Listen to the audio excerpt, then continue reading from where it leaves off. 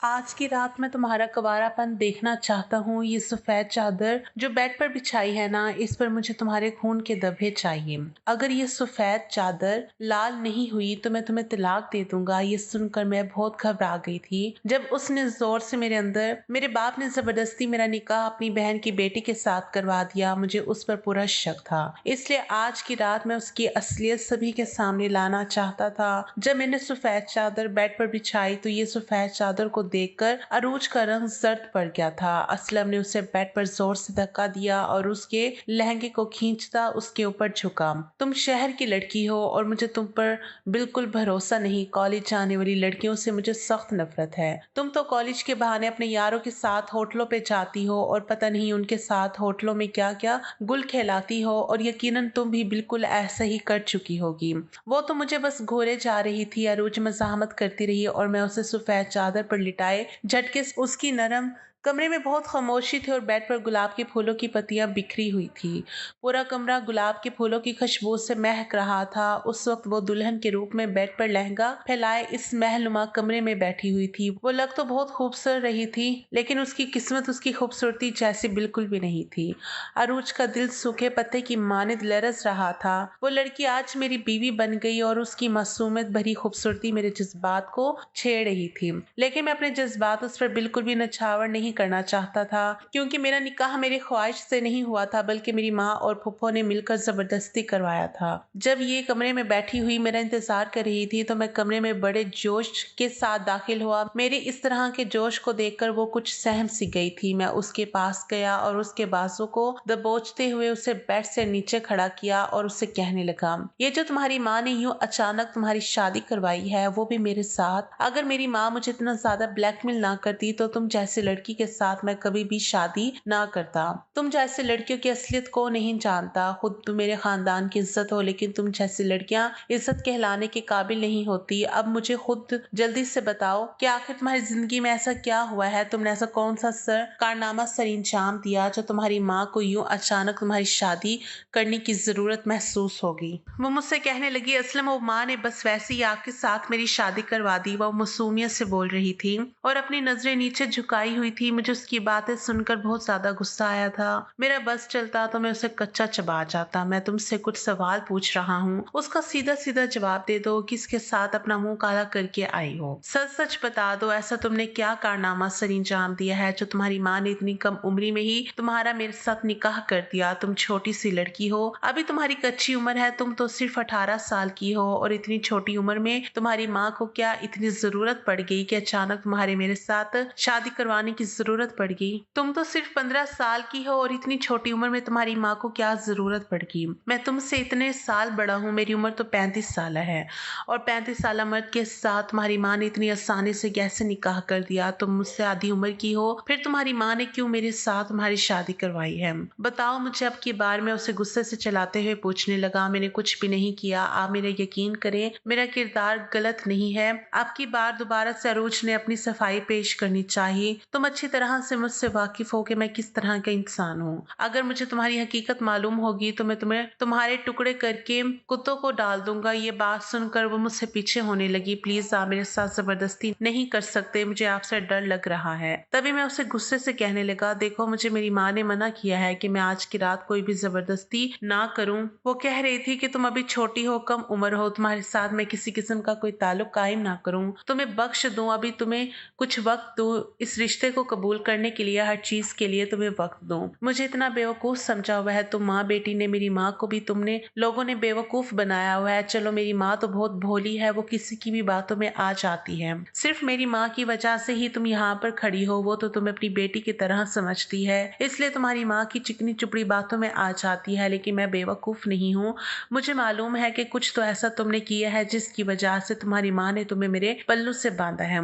वो तो मुझे अभी पता चल जाएगा कि तुम कितनी पाकीज़ा हो। तुम्हारी पाक दामन का सबूत तो मुझे आज रात मिल जाएगा, लेकिन अगर तुम पाकीज़ा ना निकली या तुमने अपने आप को पहले किसी और मर्द के हवाले किया हुआ तो फिर देखना मैं तुम्हारे वजूद का क्या हश्र करूंगा। तुम किसी से नजरें मिलाने के काबिल नहीं रहोगी। असलम फिर तुम्हें अपनी असलियत दिखाएगा। असलम से शादी करने का इंजाम तुम्हें पता चलेगा। मैं तुमसे अभी भी आराम से पूछ रहा हूँ, मुझे बता दो कि अपने यारों के साथ तुमने भी जाकर होटलों में अपनी रातें रंगीन की है। मुझे बताओ, अब की बार मैं चला रहा था। इस खामोश कमरे में मेरी आवाज ऊंची हुई थी। मैं गुस्से से उसके कंधों से पकड़कर झंझोड़ते हुए पूछने लगा। मेरी इस जोरदार आवाज सुनते ही वो कांप सी गई थी और अपनी सफाई में रोते हुए मुझसे कह रही थी, असलम प्लीज आप मेरा भरोसा करें, मैं बदकिरदार नहीं हूँ। मैंने आपसे कितनी दफा कहा है कि मैं बदकिरदार नहीं हूँ, मेरी जान बख्श दें प्लीज। वो फूट फूट कर रो रही थी और वो भी अब की बार गुस्से से चलाई थी, लेकिन बाहर से जितना भी गुस्सा दिखा रही थी, अंदर से दिल उसका सूखे पत्ते की मानद लरस रहा था। चलो ठीक है मेरी जान, अभी पता चल जाएगा। तो मुझे खुद तो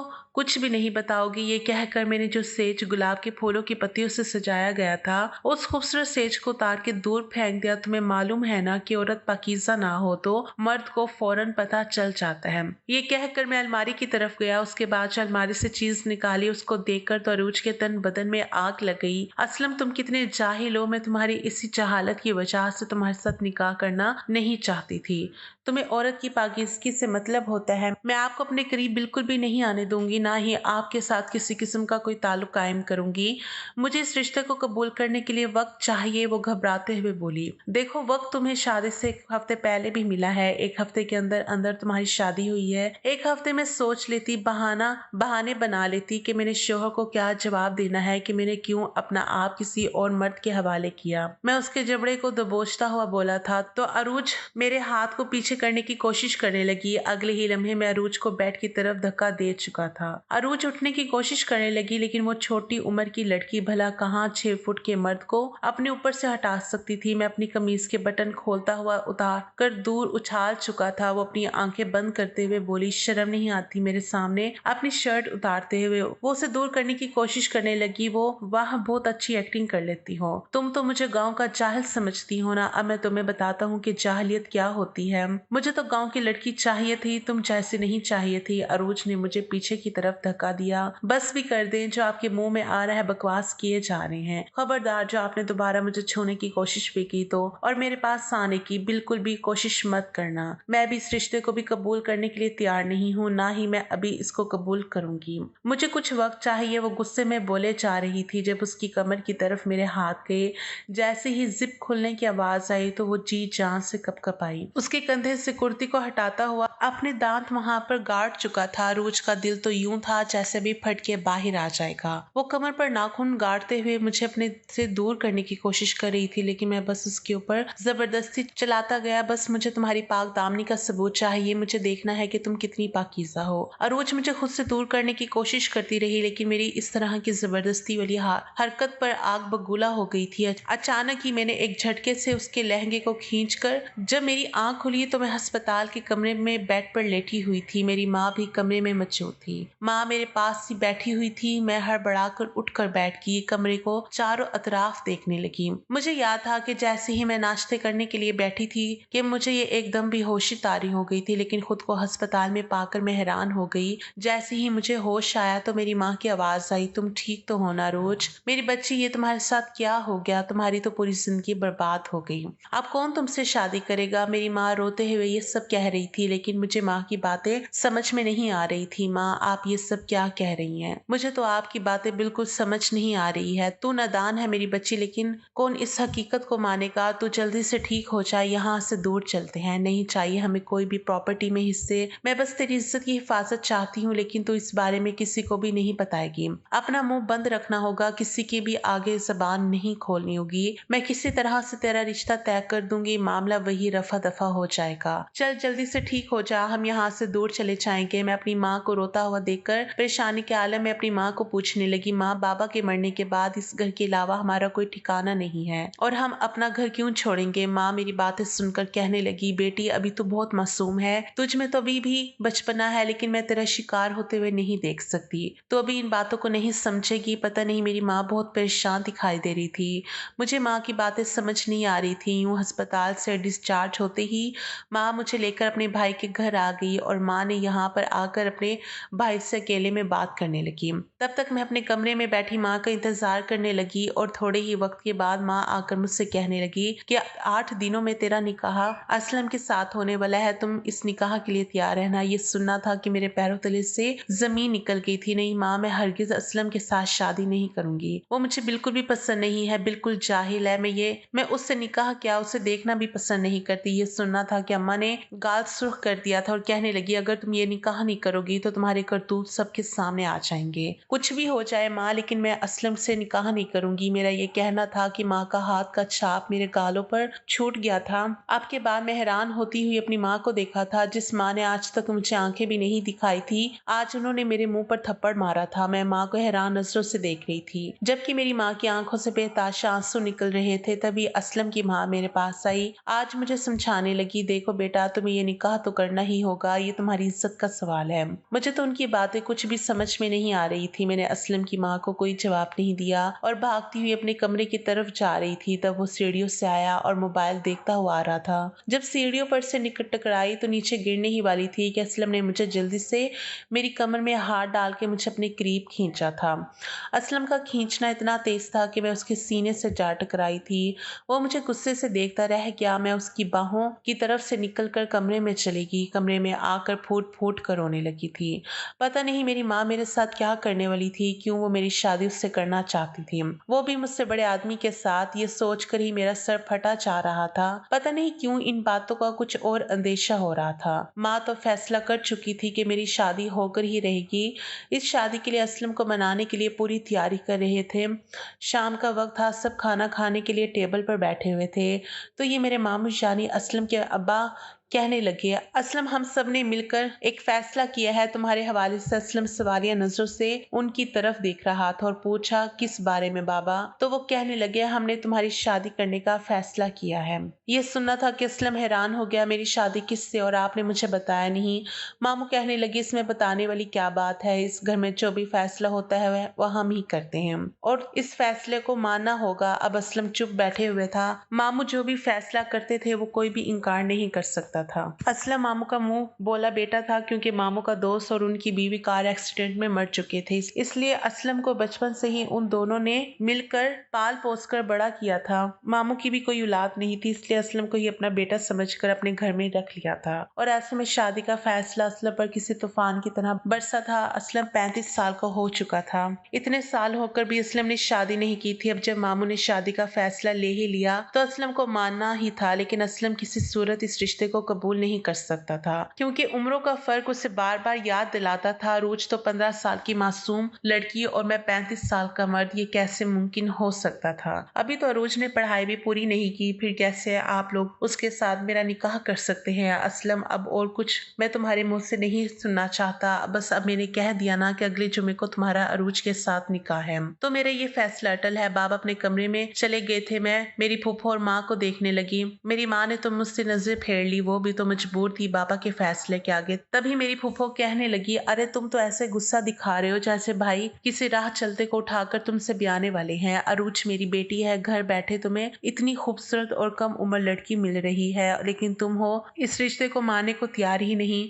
तुम्हारी तो उम्र निकलती जा रही है, तुम तो आधे से ज्यादा बूढ़े हो चुके हो। 35 साल है उम्र तुम्हारी और घर बैठी ही कच्ची उम्र वाली का रिश्ता मिला है। अल्लाह का शुक्र अदा करने के बजाय तुम यहाँ पर बहस करने बैठ गए हो। उठो, चलो जाओ, शाबाश, जल्दी से तैयारियां शुरू करो। मैं फूफो की बातें सुनकर नाश्ते की टेबल से उठकर अपने कमरे की तरफ चला गया। अब मुझे तो इन माँ बेटी के बीच कुछ दाल में काला नजर आ रहा था। अब मैं अपने बाबा के फैसले से तो पीछे नहीं हट सकता था। बाबा का फैसला मेरे सर आंखों पर था। उनके एहसान मुझ पर इतने हैं, मैं पूरी जिंदगी उनके एहसानों का बदला नहीं चुका सकता। इसलिए मैं उस निकाह के लिए मान गया और ठीक 8 दिनों के बाद हमारा निकाह था। पूरी हवेली में जोर जोर से तैयारियां हो रही थी। आज मेहंदी थी और मेहंदी वाली जोड़ी जोड़े में तो अरूज बहुत खूबसूरत लग रही थी और बहुत मासूम भी लग रही थी, लेकिन वो उसकी मासूमियत और खूबसूरती पर नहीं जाना चाहता था, क्योंकि अब मैं फैसला कर चुका था कि मुझे अरूज के साथ क्या करना है। और अगले दिन हमारा निकाह भी हो गया और यूं अरूज मेरे कमरे में मेरे बिस्तर पर बैठी थी। मैं लाउंज में बैठा सिगरेट के कश उड़ा रहा था कि तभी मेरी माँ आ गई। असलम, तुम शादी की रात इस वक्त यहाँ क्या कर रहे हो? आज ही तो तुम्हारी शादी हुई है और तुम यहाँ बाहर बैठे हुए हो। और नहीं तो क्या करूंगा, तुम लोगों ने तो मेरी शादी एक ऐसी लड़की से करवा दी है जो मेरे वजूद को भी संभाल ना पाए। मेरा ये कहना था कि माँ कहने लगी, खबरदार, ऐसा सोचा भी तो, तुम्हारी दुल्हन अभी बहुत छोटी है, मासूम सी बच्ची है, तुम्हारी शिद्दतों को और वजूद को वो लड़की हरगिज भी बर्दाश्त नहीं कर पाएगी, इसलिए इस बात का ख्याल रखना और थोड़ा नरम से पेश आना। क्यों माँ, क्यों मैं उस लड़की से नरमी से पेश आऊं? अब तो मेरी शादी उसके साथ हो गई है, इतनी बच्ची थी तो इतनी जल्दी शादी मुझसे क्यों की? मैं तो पहले ही आपसे कह रहा था कि वो बहुत छोटी है, लेकिन आप लोगों ने मेरी बात ही नहीं मानी। बस असलम, कितना बोलोगे? शर्म नहीं आती तुम्हें माँ के सामने इस तरह की बातें करते हुए? चलो जाओ आप अपने कमरे में, बेचारी तुम्हारा कब से इंतजार कर रही है। और हाँ, मेरी बातें याद रखना और अरूज से नरमी से पेश आना, मुझे शिकायत का मौका नहीं देना। माँ की बातें सुनकर तो मुझे कोई फर्क ही नहीं पड़ने वाला था, क्योंकि मैं पहले ही फैसला कर चुका था कि आज की रात अरूज और उसकी माँ का पर्दाफाश करना है। ये सोचता हुआ मैं अपने कमरे में चला गया। जोर से दरवाजा खोलकर अंदर दाखिल हुआ तो दरवाजे के जोर से खुलने की आवाज को सुनकर वो डर गई थी। मैं अरूज के करीब गया और उसे बाजू से पकड़कर साइड में खड़ा किया। तभी अलमारी के करीब गया और उसके अंदर से सफेद चादर बाहर निकाली और वो बेड पर लाकर बिछा दी। मेरी इस हरकतों को अरूज खामोश खड़ी देख रही थी। आप क्या कर रहे हैं? मैं उसकी तरफ देखता हुआ बोला। तुम माँ बेटी का कोई भी बहाना नहीं चलेगा। मैं तुम्हारी पाकीज़गी का सबूत चाहता हूँ, इसलिए ये सफेद चादर ही बिछाई है और यही एक सबूत है जिसे तुम साबित कर सकती हो कि तुम कवारी लड़की हो। असलम, आपको शर्म आनी चाहिए। आप तो कमरे में आते ही मुझसे इस तरह की बातें कैसे कर सकते हैं? मैंने कभी नहीं सोचा था मेरी पाकीज़गी का सबूत चाहते हैं। अब तो मैं तुम्हारी बीवी हूँ और आप मेरे शोहर हैं और मैं अभी इस रिश्ते को कायम करने के लिए थोड़ा वक्त चाहती हूँ। इस सब के लिए तैयार नहीं हो तो तुम तैयार हो या ना हो, मुझे इससे कोई फर्क नहीं पड़ता। आज के दिन मैं तुम्हें बिल्कुल भी बख्शने वाला नहीं हूँ। मुझे जल्द अज जल्द तुम्हारी पाकीज़गी का सबूत चाहिए, वरना मैं तुम्हें तलाक दे दूंगा। मुझे एक सेकंड भी नहीं लगेगा तुम्हें तलाक देने में। मेरी बातें सुनकर अरूज की आंखों में आंसू आ गए। मैंने अच्छी तरह बेड पर सफेद चादर बिछा दी थी और अपने शर्ट के बटन खोलता अरूज को अपने करीब किया। अरूज तो पूरी तरह सिसक रही थी, क्योंकि वो तो मुझे उस पर जरा भी रहम नहीं आया। अब मैंने उसे जोर से बेड पर धक्का दिया और मैं उसके ऊपर झुका था। कमरे में बहुत खामोशी थी और बेड पर गुलाब के फूलों की पत्तियां बिखरी हुई थी। पूरा कमरा गुलाब के फूलों की खुशबू से महक रहा था। उस वक्त अरूज दुल्हन के रूप में बहुत ही खूबसूरत दिखाई दे रही थी। इस नाजुक सी लड़की के ऊपर जब मैं झुका तो उसकी सिसकियां निकल गई थी और मैं पूरे जोश से उसके नशे में खोदा चला गया था। अरूज मुझे दोनों हाथों से पीछे करने की कोशिश कर रही थी, लेकिन मेरी चौड़ी जिसामत पर उस लड़की की ताकत एक मक्खी के बराबर थी। असलम, प्लीज थोड़ा धीरे। मैं तो पूरे जोश के साथ अरूज को, जब मैं फ्री हुआ तो फौरन सफेद चादर देखने लगा। सफेद चादर को देखते ही मेरी चीखें निकल गई थी। मैं इस हकीकत पर साकत होकर रह गया था। जब अरूज से पीछे हुआ तो अरूज बेड पर बेहोश पड़ी थी और जब सफेद चादर देखा तो सफेद चादर पूरे खून से लथपथ हो चुकी थी और अभी भी अरूज का खून बह रहा था। ये देखकर तो मैं डर गया था और फौरन से मैंने कपड़े तब्दील किए और अरूज को भी कपड़े पहना दिए, लेकिन अरूज अभी भी होश में नहीं आई थी, इसलिए मैं फौरन बाहर भागा। मैं डरा हुआ था, मुझे कुछ भी समझ नहीं आ रहा था। मेरी माँ को जब ये सब बताया तो माँ भी फौरन अरूज की तरफ भाग गई और अरूज को होश में लाने की कोशिश कर रही थी। मेरे बाबा और फूफो दोनों भी कमरे में आ गए थे। फूफो तो अपनी बेटी को बेहोशी की हालत में देखकर उनके होश ही उड़ गए थे। वो उसे होश में लाने की कोशिश कर रही थी। अरूज को ऐसी हालत में देखकर मेरे तो गले से आवाज भी नहीं निकल रही थी। ऐसे में उसे हॉस्पिटल ले जाने का फैसला किया और उस वक्त मैं ही गाड़ी चला रहा था। रात के 3 बजे इस वक्त अरूज को लेकर अस्पताल ले जा रहे थे। फूफो कह रही थी, मेरी नाजुक सी बच्ची के साथ तुमने क्या कर दिया? अब उन्हें जवाब देने के काबिल भी नहीं था, क्योंकि अरूज के पाकीज़गी का सबूत मुझे मिल चुका था। वो सच में ही कुंवारी थी। उसकी उम्र कम होने की वजह से मेरी शिद्दतों को बर्दाश्त नहीं कर पाई थी, इसलिए बेहोश हो गई थी। लेकिन मुझे अभी भी ये बात समझ नहीं आ रही थी कि फूफो ने अपनी बेटी की शादी मुझसे क्यों की थी। यही सोचते हुए मैं बाहर खड़ा हुआ था। मेरी माँ भी फूफो भी यहीं पर खड़े हुए थे। फूफो मुझे मुझे देखते हुए बोली थी, मेरी बच्ची की इज्जत बचाने के लिए मैंने तुम्हारी बेटे से शादी कर दी थी, लेकिन तुम्हारे बेटे ने तो थोड़े दिन भी सब्र किए बगैर उसके साथ जबरदस्ती कर ली, इसलिए मेरी बेटी आज इस हालत में है। मुझे अब उनकी बातें सुनकर गुस्सा आ गया था। मैं अब उनसे पूछने लगा कि अगर आपको पहले से पता था कि आपकी बेटी के साथ ये सब होने वाला है तो आपने अपनी नाजुक बेटी की शादी मुझसे क्यों की? तो फूफो ने एक ऐसा जवाब दिया जिसे सुनकर मेरे होश उड़ गए थे। फूफो कहने लगी कि मेरे शोहर के इंतकाल के बाद हम घर में अकेले रहते थे, ऐसे में गांव के सरपंच ने उस पर बुरी नजर रख ली क्योंकि अरूज बहुत ही खूबसूरत थी। उसकी खूबसूरती को देखकर सरपंच उसको अपनी बीवी बनाना चाहता था। एक दिन अरूज को तेज बुखार था तो वो तेज बुखार में तप रही थी, इसलिए सीधा अस्पताल ले गए। वहां पर अरूज की तबीयत का सुनकर सरपंच भी वहां पर पहुंच गया और मुझसे कहने लगा कि मैं अरूज के साथ में 1 महीने के अंदर अंदर निकाह करना चाहता हूँ, इसलिए जिस भी चीज की जरूरत पड़े तो मुझसे कह देना। और हाँ, अरूज का अच्छे से ख्याल रखना, मैं कुछ दिनों के लिए शहर जा रहा हूँ, थोड़े दिन में वापस आ जाऊंगा। ये कहकर वो वहां से चला गया और मुझे थोड़े बहुत पैसे भी दे गया था,